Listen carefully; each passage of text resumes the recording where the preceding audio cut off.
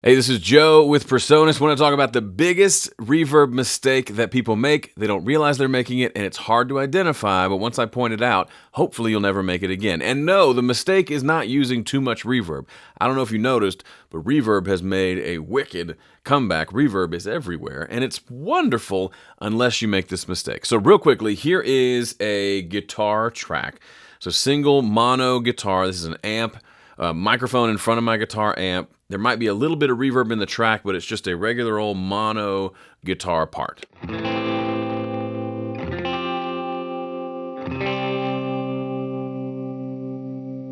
If there's reverb, it's very little. I want there to be a nice big kind of room or plate reverb of some sort on this guitar. I want some width behind this nice mono guitar.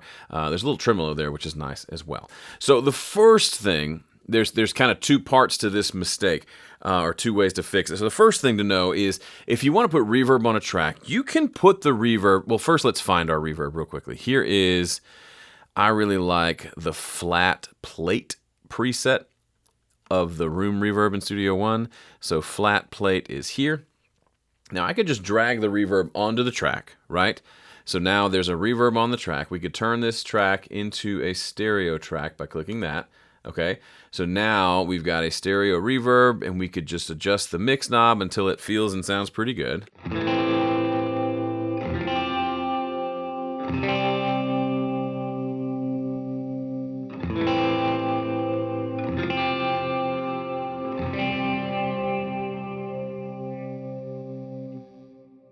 There's a problem with this. This isn't, now occasionally, like if I'm setting up like a guitar pedal board, yeah, having the reverb in line with the rest of the effects is just a part of the game, right? And you set the mix knob to get the amount of reverb that you want. In mixing, we don't have to do it this way, and so I cannot think of the last time that I put reverb on a channel like this. For me, it's a lot more useful to put the reverb on a send on its own separate channel. So if I drag that same reverb preset to the send section of this guitar, studioone goes ahead and creates an effects return, an effects channel with that same plugin, but now I can adjust how much I'm sending to that plugin. So that should still sound roughly the same here.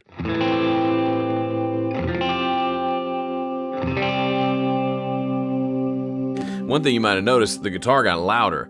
Why is that? Because when the reverb was on the guitar track, when I turn that mix knob to a certain percentage, it's turning down the dry and turning up the reverb. So we end up with a quieter guitar. So one of the benefits to having this is I can turn the reverb on and off, and the main guitar volume doesn't get touched. There's going to be a little more sound because the reverb adds some sound, but the raw, dry guitar doesn't get touched.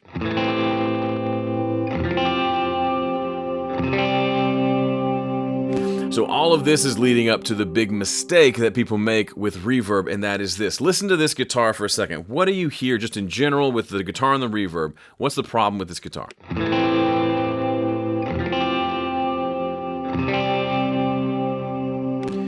I'll give you a hint. Let's just listen to the reverb by itself.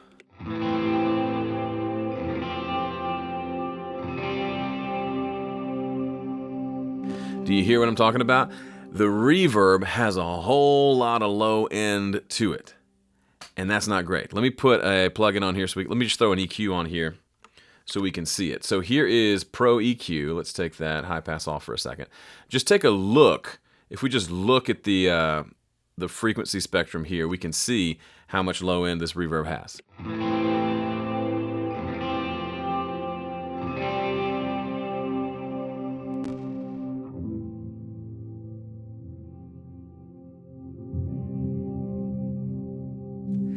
All of that low frequency is going into my mix bus, and now all of that is competing against my kick drum, my bass guitar, my vocal, my other guitars. Suddenly this guitar that felt like it was just the right amount of warmth a minute ago, it was warm, it was big without being muddy. And now with the added reverb, it's muddy. It's beautiful, but there's this kind of that's happening down there in the reverb. There is almost no instance where I want my reverb to have that much low end, especially in a dense mix that's gonna have drums and bass and all the other stuff. So all my reverb sends, if you look at any of my mixes, you're gonna see my reverbs look like this. I've got a low cut, also known as a high pass filter, set to anywhere from 200 to 400 hertz on my reverb. So listen to the reverb now with that big cut. You might think, Joe, you done ruined it. No, I didn't ruin it.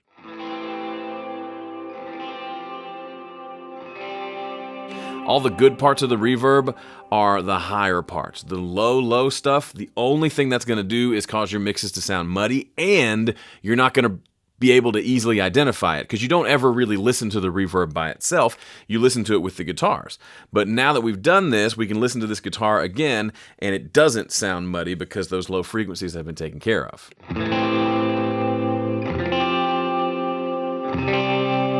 So now we could even have more reverb if we want. No muddiness to be seen. Now you may ask, Joe, why you could just put that EQ on the channel, right? Remember when we put the reverb on the channel, we could just put an EQ right after it, right? And we set this up like, turn the send off. We got this reverb set to like 30% like we had it before. That should do the same thing, right? Nope. Why is that not the same? Because the entire audio is going through that EQ. It goes guitar track into that fat channel and then into the reverb, and then the entire sound, guitar plus reverb, goes through the EQ. So it's removing all of those frequencies from everything. That's not what we want. We just want the reverb to not be too muddy. Reverb sometimes generates sounds. We might send it something that's not muddy, but then the reverb that comes out the other side is a little bit muddy. I don't understand how it happens. It just does.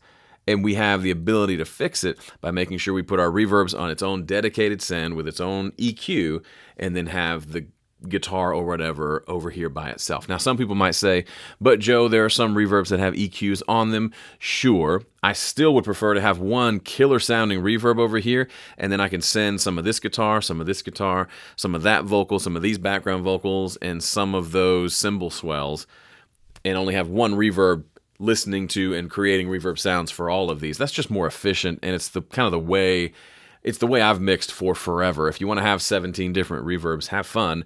It's much easier to have just a handful that do very different sounds, and then just use the send feature to send different tracks to different reverbs. All right, that is it for me. Go try this on a mix. If you use a lot of reverb, good for you. Just make sure you're not making them muddy. If you haven't subscribed to our channel yet, please do. We've got lots of content like this to help you make better music with Studio One. Thanks for watching. I'll see you in the next one.